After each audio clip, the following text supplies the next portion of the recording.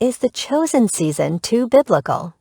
If you haven't seen my review of The Chosen Season 1 or my interview with executive producer Daryl Eve, be sure to check those out after you finish with this video. I've really enjoyed watching the Chosen series from the beginning.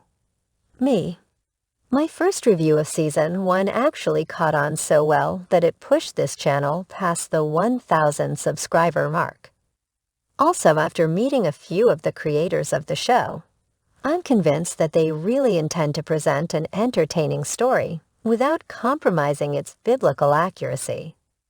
Personally, I like what they've made, not because it's perfect, but because it's a really well-done, high-quality attempt at portraying the life of Christ, and its storytelling is quite gripping.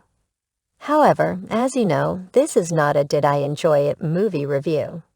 This is an Is It Biblical movie review. So let's do the hard work and break down Season 2 of The Chosen to see where they got it right and where they got it wrong when compared to Holy Scripture. Since the show had so many accurate things, it's going to be easier to count down from a score of 100 like we did with Season 1. We'll start Season 2 out at 50 points in the positive, which equals 100% biblical, and count down from there for everything they got wrong. Let me just say before we get started that I'm going to work through these episodes in order. Beginning with Episode 1, I'll release each episode review individually, and then when I'm all finished, I'll release the whole thing as one long review. So let's talk about Episode 1. This was probably my favorite episode from Season 2. It starts after Christ has died, risen from the dead, and ascended into heaven. The Apostle John is shown collecting stories from the other disciples after the departure of Christ to compile them into the first gospel record, the book we know today as the Gospel of John. It's kind of cool to hear him call Mary his mother in this episode. When Jesus was on the cross, you'll remember he did tell John to behold his mother, requesting that John take care of Mary as a son would his mother after Jesus was gone. And I also liked the statement that Mary made about how she just wanted to treasure all of the stories about Jesus in her heart. This was exactly what was recorded by Luke when he cites Mary as a source for his gospel. He reminds the reader that Mary remembered these things to pass on to him, because she kept them and treasured them in her heart. Then I chuckled when John stated that Jesus really loved him, and Mary replied he loved all of you, but you just feel the need to talk about it more. In reality, John probably wasn't being boastful when he wrote of himself as the disciple whom Jesus loved. He probably meant that in a very humble way. I think he was saying that there was nothing special about himself. The only thing good that he could say about himself was that he was inexplicably loved by Jesus. But for all of the great things in this opening scene, I have to say the elements of this scene are way out of order. This is a common objection that I have with this series. Everything is out of order in this scene. John is collecting Matthew's testimony, and Matthew makes a statement about how he will write his own summary of the ministry of Christ one day, and it will be more precise. It's true. Matthew's gospel is very precise, and it was written about 60 AD, 30 years after the death, resurrection, and ascension of Christ. But John didn't write his gospel until about 80 AD, 20 years after Matthew's. Now some might say that John was just collecting stories so that he could write his gospel later, but that's an awful long time for him to wait. And if you read the Gospel of John, you actually don't find a compilation of eyewitness testimonies. That's what you find in the Gospels of Mark and Luke, who weren't there for the ministry of Christ. Mark and Luke gathered sources and compiled their Gospels like any historian would. Matthew seems to also have compiled sources for his Gospel, at least in part because he wasn't present for the beginning of Christ's ministry or for the scene at the cross. But John was there, and he wrote about the things he saw. John's Gospel starts with the calling of the disciples when he began to witness the ministry of Christ, and follows everything that John himself witnessed about the ministry of Christ. John's gospel was his own eyewitness testimony, not a compilation of other testimonies. For that reason, and because it seems to place the writing of the Gospel of John before the writing of the Gospel of Matthew, I'll give this season its first negative point, but the remainder of episode 1 is pretty good.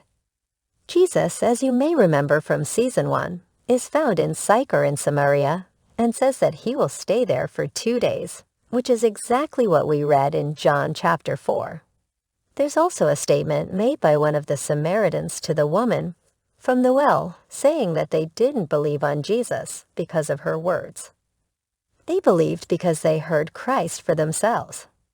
This again is taken directly from Scripture.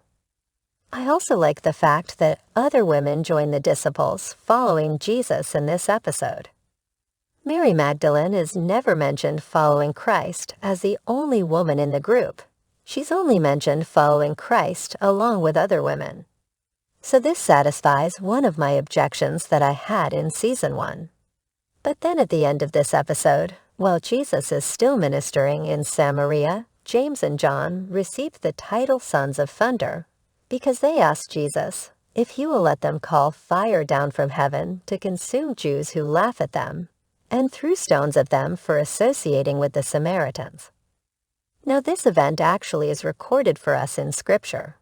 You'll find it described in Luke 951 through 56. But it was much later in Jesus' ministry and in a completely different setting in the movie review.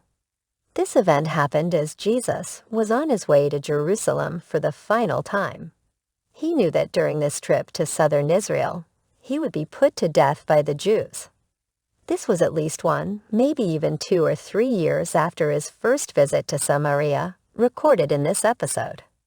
Then in Scripture, Jesus sends messengers into Samaria to make ready for him to come and teach. But the Samaritans won't let him come, since he had set his face toward Jerusalem. You see, there was bad blood between the Jews and the Samaritans. And since Jesus was only stopping in at Samaria on the way to his real destination, Jerusalem, the Samaritan leaders were offended and refused to let him come and preach. This is when in Scripture, James and John asked Jesus if they could call fire down on the Samaritans for this outrage of rejecting Christ. So in The Chosen, James and John want to call down fire on the Jews for mocking Christ for ministering to the Samaritans. But in the movie review, James and John wanted to call down fire on the Samaritans for rejecting Christ because of their hatred of the Jews. It's basically the exact opposite of what we see in this episode. Then at the very end of episode 1, Jesus asked John to suggest a passage of Scripture for him to read in the Samaritan synagogue. Now in that conversation with John, Jesus does respond, saying, "I am a man," when John says that no man is worthy. But I like the fact that this statement was not given in a way that called into question the deity of Christ. When Jesus said, "I am a man," John replied, and yet suggesting that he knew that Jesus was more than just a man. To which Jesus replied with the name of God from the Old Testament, "I am who I am." Jesus is truly man, but he is also truly God. This, I thought, was conveyed very well in this episode. Well, that's it for episode 1. Let me know what you think in the comments below. Now, before I go, I want to sincerely thank you for watching this video.